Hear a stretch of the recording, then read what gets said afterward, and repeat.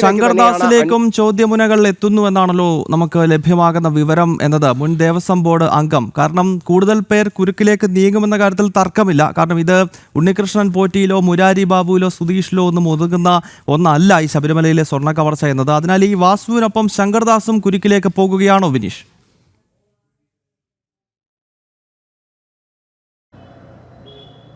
തീർച്ചയായിട്ടും നമുക്ക് അത് തന്നെയാണ് മനസ്സിലാക്കാൻ സാധിക്കുന്നത്. അതിൻ്റെ അടിസ്ഥാനത്തിലാണ് അന്വേഷണ സംഘം ശങ്കർദാസിനെ ചോദ്യം ചെയ്തത്.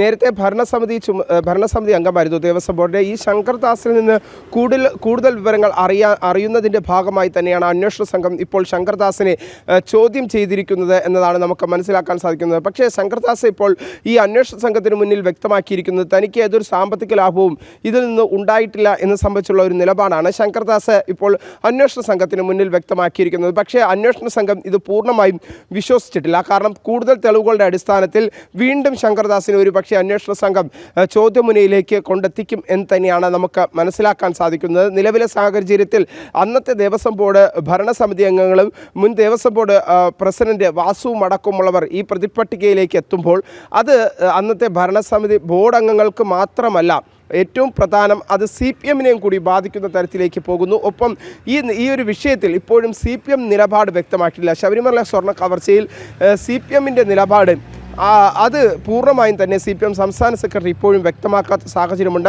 നിലവിലെ സാഹചര്യത്തിൽ മുഖ്യമന്ത്രി പിണറായി വിജയൻ പോലും ഈ വിഷയത്തിൽ മൗനം പാലിക്കുകയാണ്. അപ്പോൾ ഇതിന് പിന്നിൽ നിന്നവർ CPM നേതാക്കളാണോ എന്ന് സംബന്ധിച്ചുള്ള സംശയം കൂടുതൽ ഉളവാക്കുന്ന തരത്തിലേക്കാണ് കാര്യങ്ങൾ നീങ്ങുന്നത്.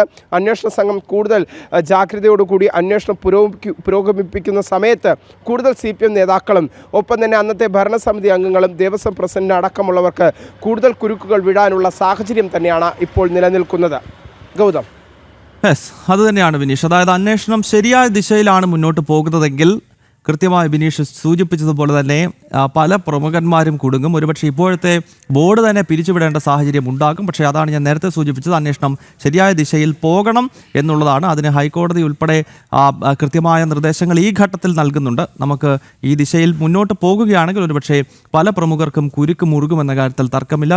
ബിനീഷാണ് ഈ വളരെ പ്രധാനപ്പെട്ട വാർത്തയുടെ അപ്ഡേറ്റ്സ് തിരുവനന്തപുരത്ത് നിന്ന് നൽകിയത്.